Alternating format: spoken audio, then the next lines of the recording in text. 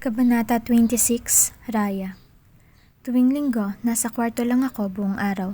Kung kulang sa supply, tsaka pa lang ako tutulak sa pinakamalapit na grocery store sa bayan. Hindi ako gumagala kung saan at kahit payayain ako ni Tunying, pinipili ko pa ring manatili. "Thank you," I said. Inabot niya sa akin ang breakfast ko sa kwarto. Sinarado ko ang pinto at bumuntong hininga na lang. Ilang sandali ang lumipas, narinig ko na pumasok siya sa kanyang kwarto. I wonder if he'll stay in his room for today o baka may lakad siya. Naglinis ako ng kwarto pagkatapos kumain. Iniisip kong manonood na lang ako ng palabas sa araw na iyon pero hindi nga lang ako makapag-concentrate. I feel like my mind is playing games at me. Minsan kahit wala naman, pakiramdam ko narinig kong lumabas siya ng kwarto niya. Iyon ang dahilan kung bakit hinihinaan ko ang volume ng pinapanood o minsan tinitigil pa para lang makumpirma kung lumabas ba siya o hindi. Pagkatapos maligo, muli akong nagpatuloy sa panonood. Kaya lang mas lumala pa ang mga iniisip ko. Lumabas siya? Bulong ko sa sarili ko pagkatapos muling pinatigil ang pinapanood. Slowly, I went to the wall in between our rooms. Inilapat ko ang tainga ko sa dingding at wala akong marinig na kahit ano. Lumabas nga siguro siya. Saan naman kaya siya pupunta? Nagtatanghalian sa labas? Hindi ba siya magluluto? Kung sabagay, may tira pa ako kanina sa breakfast. Baka iyon ang iniisip niya na kakainin ko na sa tanghalian? Namataan ko ang nagkapatong-patong na mga lalagyanan sa lababo ko. Hinugasan kong mabuti ang mga iyon at ngayon tuyo na. May naisip ako. My lips stretched for a smile as I realized what I can do to ease my curiosity. Nag-ayos muna ako. Nagsuklay saglit at naglagay ng kaunting makeup. Kung umalis nga siya, edi babalik ako dito at manonood na muli ng palabas. Kung nariyan, edi ibabalik ko itong mga lalagyanan. Hindi ko alam paano ako tumapang ng ganoon. Dahil ba bored ako o dahil wala akong ibang maisip kundi ang kabilang kwarto? Lumabas ako sa kwarto ko dala ang mga lalagyanan. I stacked them up as well as the covers. I cleared my throat and looked at Hades' door. Nang nasa harap na ako, mabilis akong kumatok para hindi na magbago ang isip pa at umurong sa gagawin. 2 buntong hininga ang lumipas. Walang sumagot sa unang katok ko. So, he did went out of his room. Nagtaas ako ng kilay at nilingon ang labas para sana makita kung naroon ba ang sasakyan niya. Kaya lang, bago ako tuluyang makalingon, bumukas ang kanyang pintuan. The door revealed him in his gray shorts, topless, and a bit wet on his upper body and hair. Isang puting tuwalya ang nasa kanyang balikat at halatang katatapos lang maligo.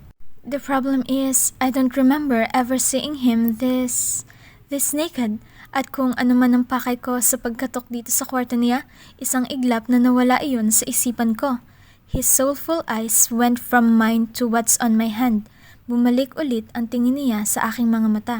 Kung hindi niya malapad na binuksan ng pintuan, baka hindi na ako naibalik sa wisyo. Bakit bigla niyang binuksan ng pintuan ng ganoon? Pakiramdam ko, hihigupin ako sa loob eh. "Are you okay?" he asked. I was shamelessly ogling him for a few mesmerizing seconds. Naalala ko noong nakikita ko siyang nagtatrabaho sa site at ang madalas kong pag-iisip na malaki ang katawan niya sa likod ng t-shirt na suot. He was then dangerously hot. Right now, I am lost for words. He's taller and leaner and more muscular than ever. "Ah!" I recovered my embarrassing pause with a slow chuckle. "Come on, Raya. You are not the crazy and very aggressive Felicia Valerio. Get a grip and act like you don't really care about him." I swallowed hard. Isasauli ko lang tong mga lalagyanan. Hindi niya nasinulyapan ang inangat kong dala. Natili ang naninimbang niyang titig sa aking mukha. Some few awkward crickets moments passed by. Nanatili pa rin siyang titig. Iyon ang dahilan ng pagbaba ng mga mata ko sa kanyang katawan. It looks like he really went out straight from the shower. Basang-basa pa ang dibdib niya. Kulang na lang makakita ako ng usok galing sa init ng shower doon. He cleared his throat and my eyes drifted on his again. Ang hirap ikulong ng tunay kong pagkatao ha. Raya Graciano, the modest, prim, proper, meek, and submissive probinsyana, not Felicia Villario, the aggressive one. "Thank you," I interrupted my thoughts. "You're welcome." Hinawakan niya ang dala ko at hindi pa tuluyang tinatanggap. Kung hindi ko pa tinulak, baka walang mangyari sa amin doon kundi ang magtitigan. Do you have things to do today? Wala naman. Ikaw? Hindi siya agad sumagot. I was thinking about his reaction but I got distracted when he let his tongue graze his lips and I saw his Adam's apple move for a swallow. May multo rin ng ngiti sa kanyang labi kaya talagang distracted na ako. Ano nga ba yung iniisip ko? Wala rin. Dito lang ako buong araw. Sige. Uwi na ako. Sinundan niya ako ng tingin habang tahimik at dahan-dahang naglakad patungo sa aking kwarto. Buong araw nga lang nanatili roon ang hindi natatahimik at hindi rin nakakapag-concentrate sa pinapanood. It was that way for another week. Tuwing may duty, nasa coffee shop si Hades. Pagdating ng 2:00 o kung minsan nag-e-extend ako bago umuwi, uuwi rin siya. Tuwing linggo naman, pareho kaming nasa kwarto lang. Sa pagkakainip ko, nilagyan ko ng mga halaman ang tapat ng pintuan ko at dinidiligan tuwing hindi ako makapag-concentrate sa pinapanood o ginagawa sa loob. Every time I'm out of my room though, he would go out too, with no excuse. Nagpapahangin lang at pinapanood ako sa ginagawa. Parang may napapansin ako. Si Tunying isang araw sa coffee shop. Masaya niyang nilapitan si Hades para sana kunin ang order pero tinanggihan siya nito. Ilang sandali lang, ako na ang lumapit dala ang kanyang kape. Ano? Nanliit ang mga mata ni Tunying. Kanina, sinubukan kong kunin ang order ni Engineer Riago, gaya kahapon tanghali. Sabi niya, mamaya na raw siya order, pero kapag ikaw, hindi siya tumatanggi. Nagkatinginan kami ni Tunying. Sa huli, nagpatuloy ako sa pagpupunas ng baso at hindi na alam kung ano sasabihin. Kasi alam ko na ang order niya, kaya ganoon. Pero sa tanghalian kahapon, kukunin ko na dapat ang order niya pero sabi niya mamaya na siya order. Tapos ilang sandali lang ikaw na ang lumapit, biglang o-order na siya? Nagkibit ako ng balikat. Hindi ko maipagkakaila na kinakabahan ako bigla sa hinuha ni Tunying. Hindi lang yan, noong Tuesday 4:00 ka na umuwi. Ganoon din siya kahit na madalas namang 2:00, wala na siya. Tumunog ang wind chime. Sa ibang pagkakataon, babaliwalain namin iyon, lalo na dahil may topic siyang ganito. Pero siguro, nakilala ni Tunying ang boses ng pumasok kaya binitiwan niya ang usapan at lumabas na ng kusina. There you are. I've been looking for you. I thought you're home in Manila. Kababalik ko lang galing Cebu. Buti at sinabi sa akin na nandito ka pa. I never thought you'd stay here for this long. I'm impressed and a bit touched. The woman giggled. Good afternoon, Miss Marian. Good afternoon, Tunying. Kumunot ang noo ko at bahagyang natigilan sa ginagawa. Marian Cordova. Natanggap mo ba ang invitation para sa birthday ni Papa? Oo, hinatid sa amin kahapon. Good. We've invited some friends here in the province. It's a big party actually, cause we invited our friends from Manila and Cebu as well. Talaga po? Nako, ang swerte pala naming isa sa mga imbitado roon. Siyempre, our families have been good friends ever since. Pinagmasdan ko ang isang tray ng mga baso. Kung pwede lang hindi na muna lumabas, hindi na muna ako lalabas. Determined to take the Raya Graciano Road and forget the ever-aggressive and jealous Felicia, I tried my best to go out coolly with the tray of glasses. Inaamin ko, muntik ko nang mabitiwan ang ilang baso nang inaayos iyon. Lalo na noong isang sulyap ay nakita kong titig na titig si Hades sa akin. Cafe latte please. Tumango lang ako nang sumulyap si Tunying sa akin para sa order. Hindi na nag-alinlangan pa. Ginawa ko na ang cafe latte. Nakinig na lang ako sa usapan pa nila habang ginagawa ang order. For sure, pati sina Engineer Riago invited? Si Tunying nakikiusisa. Oo naman. Actually, last Sunday my father invited him for lunch on our house. Tumanggi nga raw ito dahil busy. Where were you last Sunday? At saan ka pala nag-i-stay at bakit tinatanggihan mo si Manoy na sa kanila tumira pansamantala? Oo nga, engineer. Saan ka ba tumutuloy? Madalas ka rito kaya siguro malapit lang? Dugtong ni Tunying. Kabado at may palagay na hindi magsisinungaling si Hades sa sagot niya, mabilis kong dinala ang kape sa lamesa nila. Matagumpay kong pinigilan ang mga tanong nang sumulpot ako. Nga lang, pagkababa ko ng tasa at paglapag na sana, hindi ko na ibalanse na maayos. Maybe it was because I'm preoccupied Or maybe it's because I'm tense of the question, but I have totally broken another cup.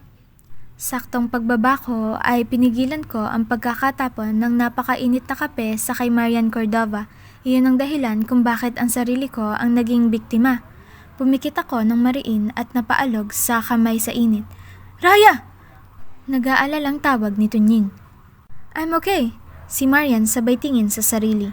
She is wearing a fancy printed skirt, white sleeveless top, and high-heeled beige pumps.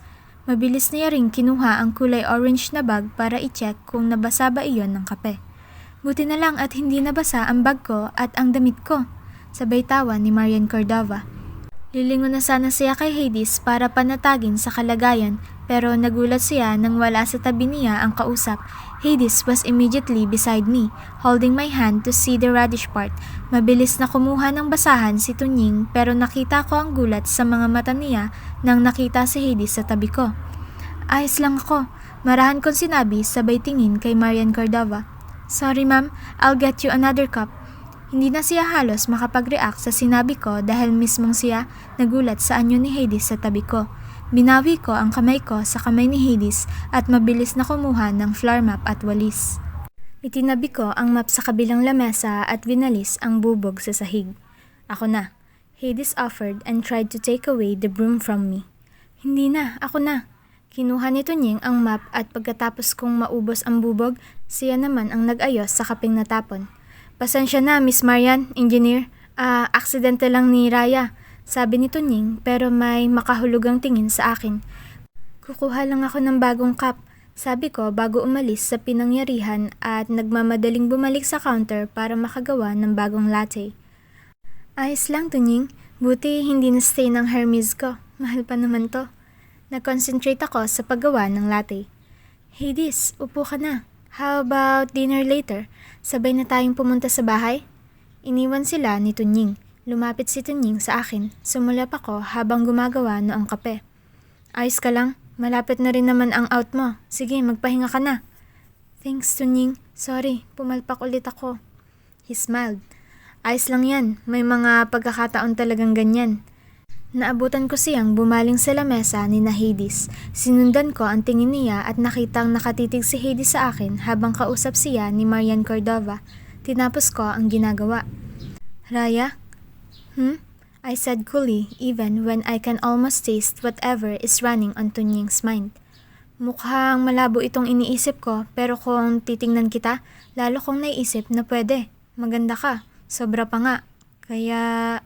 My heart pounded at his serious statements. Buti na lang at bahagya siyang natawa. Sige, huwag na lang, baka guni-guni ko lang. Laking ginhawa ko nang hindi na tinuloy. Wala na rin akong balak na magtanong pa kung ano iyon dahil may hula na ako kung ano iyon. Ako na nitong kape. He offered and got the tray where I put the newly done latte. Pumasok na ako sa kusina. Tiningnan ko ang kamay ko hanggang braso. Nakita kong namumula iyon. May apron kaya hindi napuruhan ang pantalon ko pero sa binti nararamdaman ko ang init ng nanuot na kape. Tinanggal ko ang apron ko. Tapos na ang duty ko at dahil sa nangyari, mas interesado na rin akong umuwi. Pumasok si Tunying sa kusina. Agad kong tinanggal ang tingin ko sa namumulang kamay.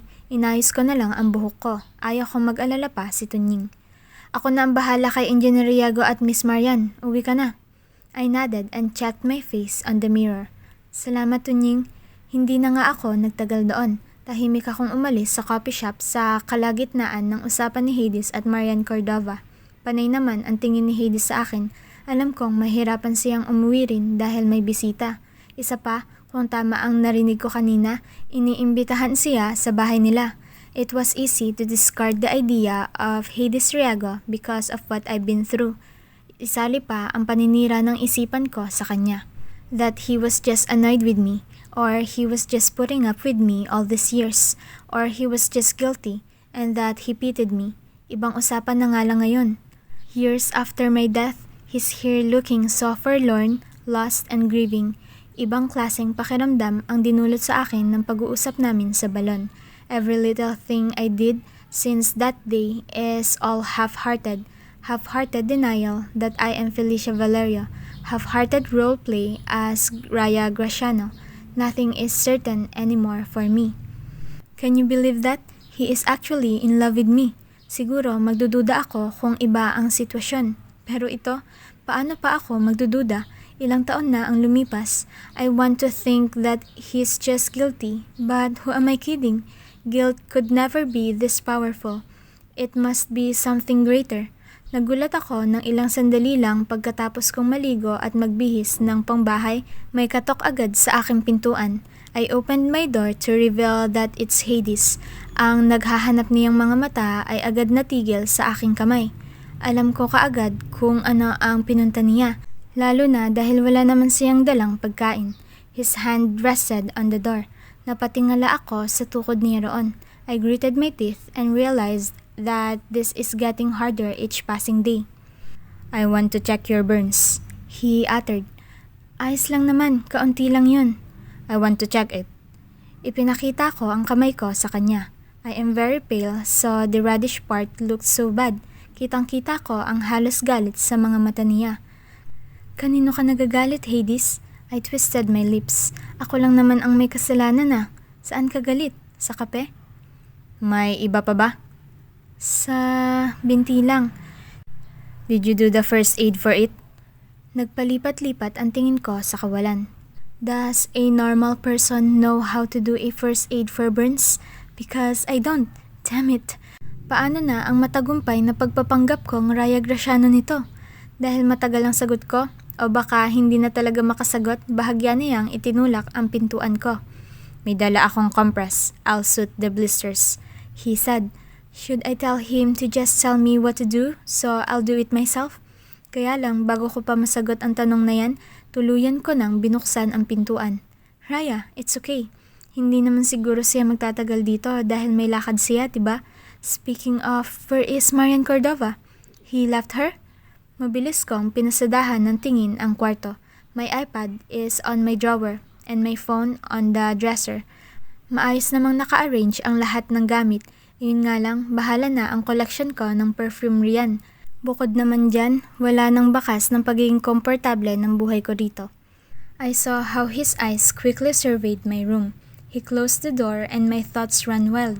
It's like a battle between my two identities, with the evil side a bit better than the supposed shy and timid persona of Raya Graciano.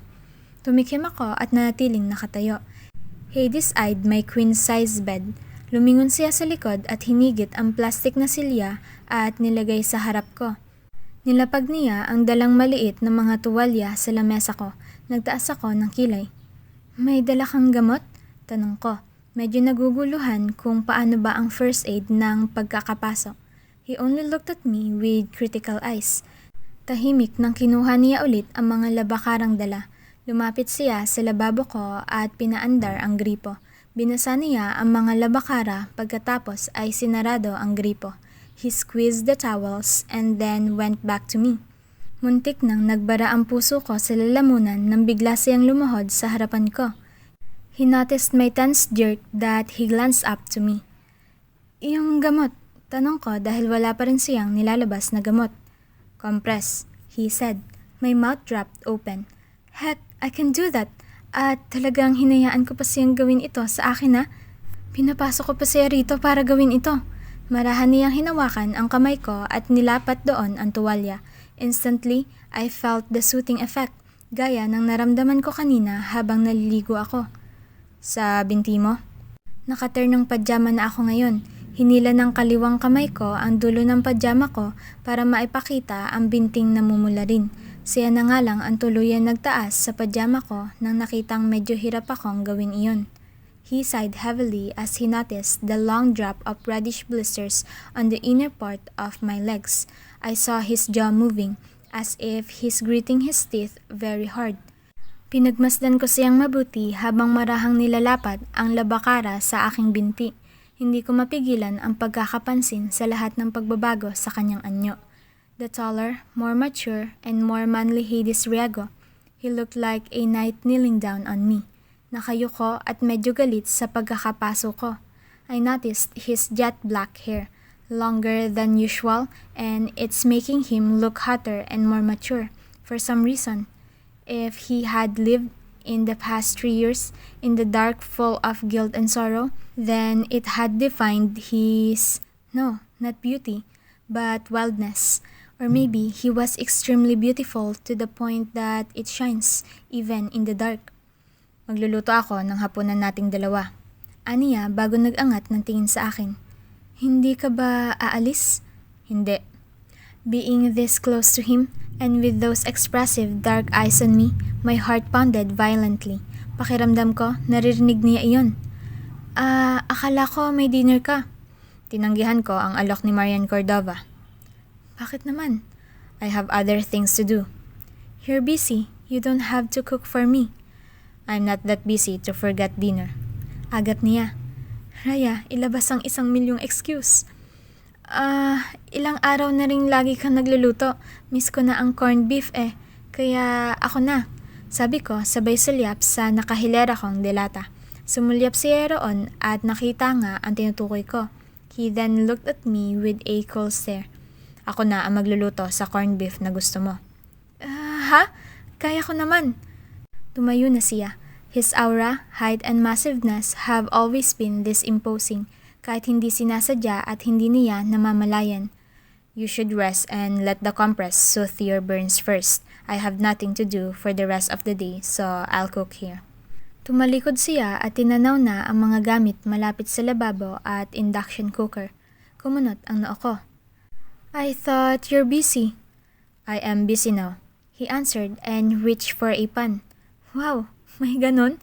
I wonder how did he say no to Marian Cordova?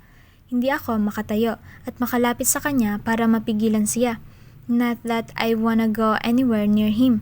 May compress sa kamay at binti ko kaya natili akong nakaupo. Pinapanood ko siyang abala sa pagsasaing. It's weird looking at his massive body in my tiny kitchen. Pareho kami ng kwarto kaya paano kaya siya magluto sa kwarto niya? May induction kaya siya? Padala pa yan ni Mami ang induction eh. Kung wala, anong gamit niya? Gas stove? Kapag may kaunting oras siya, lumalapit siya at inaayos ang compress. Minsan, muli niyang binabasa ang tuwalya at mas gagaan sa pakiramdam na malamig ang lumalapat sa blisters. Inayos niya rin ang lamesa. Nilapag niya ang pinggan, kubyertos at baso. Isang set lang ang inilagay niya roon. Sumulyap siya sa akin pagkatapos mailapag na maayos ang baso. It's almost done. I'll just wait until the rice is ready. Nagtaas ako ng kilay. Sumulyap siyang muli at kumuha ng kanyang baso. Nagsalin siya ng tubig at uminom doon habang tinatanaw ang luto ng corned beef. Pagkatapos, inilagay niya sa isang pinggan ang nilutong corned beef. You can't wash the dishes. I'll do it. Uuwi na lang ako kapag tapos ka ng kumain. Pwede naman yata, sabi ko sabay tingin sa kamay ko. It will heal faster if you refrain from doing it. Talaga ba? My lips protruded. He watched me intently for a moment and then looked at the rice cooker. Binuksan niya iyon at naglagay na rin sa isa pang pinggan. Sana pala isang pinggan na lang ang ginamit. Ang dami tuloy hugasin. Wait nga lang, seryoso ba siyang hihintayin niya ako matapos kumain? Aba, nakakahiya naman, nakakain ako at manonood lang siya. Well, let's say hindi siya manonood. Saan naman siya titingin? At paano kung pauwiin ko siya? Ano, kakatok lang ako kung tapos na akong kumain at pwede niya nang hugasan ng mga pinggan? Marami ka naman yatang niluto, dito ka na lang maghapunan. Calm down, Raya. That's not Felicia Valerio, okay? That's Raya Graciano, the kind and caring Raya Graciano. Feli can't sit here and watch Hades Riego. Baka kanina niya pa yun nilunod ng yakap, kaya normal ka pa. Sige, he said without any hesitation. Kumuha siya ng sariling pinggan at mga kubyertos. Bigla akong dinapuan ng matinding kaba habang naiisip na lalapit ako sa kanya. Kakain kami ng sabay sa isang lamesa. When was the last time we ate together? I can't even remember. It's going to happen again, today. Halos napatalan ako nang bumaling siya sa akin. He looked at the compress and then started walking towards me. Kung kinakabahan ako kanina, mas lalo pa ngayon. Nararamdaman kong hindi niya ako paglalakarin palapit sa lamesa kaya mabilis akong tumayo. Bumagsak ang compress sa binti ko at pinulot niya. I'll carry your chair. Aniya, Tumango ako at hindi na nagtagal doon. Dumiretso na ako sa lamesa at nilapag niya ang upuan ko sa tamang pwesto. Umupo ako. Everything he does feels so highlighted. Ultimo, pagkuha niya ng kanin at paglagay sa aking pinggan, ang laking bagay sa akin. Ayos na yan, sabi ko nang nakitang dumadami ang pagkain ko. Tumigil siya at naglagay naman ng kanya. Pinulot ko ang kubyertos at umayos sa pagkakaupo. I feel like every damn thing I do is so defined. I feel so conscious. When he started eating, I did too. Pakiramdam ko tuloy, ako lang ang ganoon ka-conscious at siya natural na natural naman. Nagsalin siya ng tubig sa aking baso at nagpatuloy naman ako sa pagkain. We ate silently. Patapos na ako sa pagkain at umiinom na ng tubig nang tumunog ang cellphone ko. He was near my small refrigerator, getting another pitcher of water when it happened. Tatayo na sana ako para kunin iyon pero naunahan niya ako dahil abot kamay lang sa kung nasaan siya. He handed me my iPhone. Para akong nakalutang sa kaba lalo na nang nakita kong nasulyapan niya ang tumatawag. Sa kauna-unahang pagkakataon, hiniling ko na si Owen iyon at sa malas ko, si Mami pa talaga ang tumawag. I immediately canceled the call and put my phone on my pocket. Nang tiningnan ko si Hades, nagpatuloy na siya sa ginagawa. Kumuha na ng isa pang pitchel at bumalik na sa upuan na para bang walang nangyari. Para bang hindi niya nakita kung sino ang tumawag. Hindi ba importante ang tawag na yon? Shit! Hindi naman. Malamig kong sinabi. Hinihintay ang pagkukompronta niyang siguro matagal nang dapat nagawa. Are you done? Oo. Sabay inom ulit ng tubig at sulyap sa kanya. Tumango siya at tumayo. Kinuha niya ang pinggan na may tirang kanin at ang baso niya. Nilagay ko na sa lababo ang pinggan ko. The confrontation didn't come though, and I am so thankful for that. Hindi ko alam kung anong gagawin ko kung tuluyan niya na akong piliting paaminin.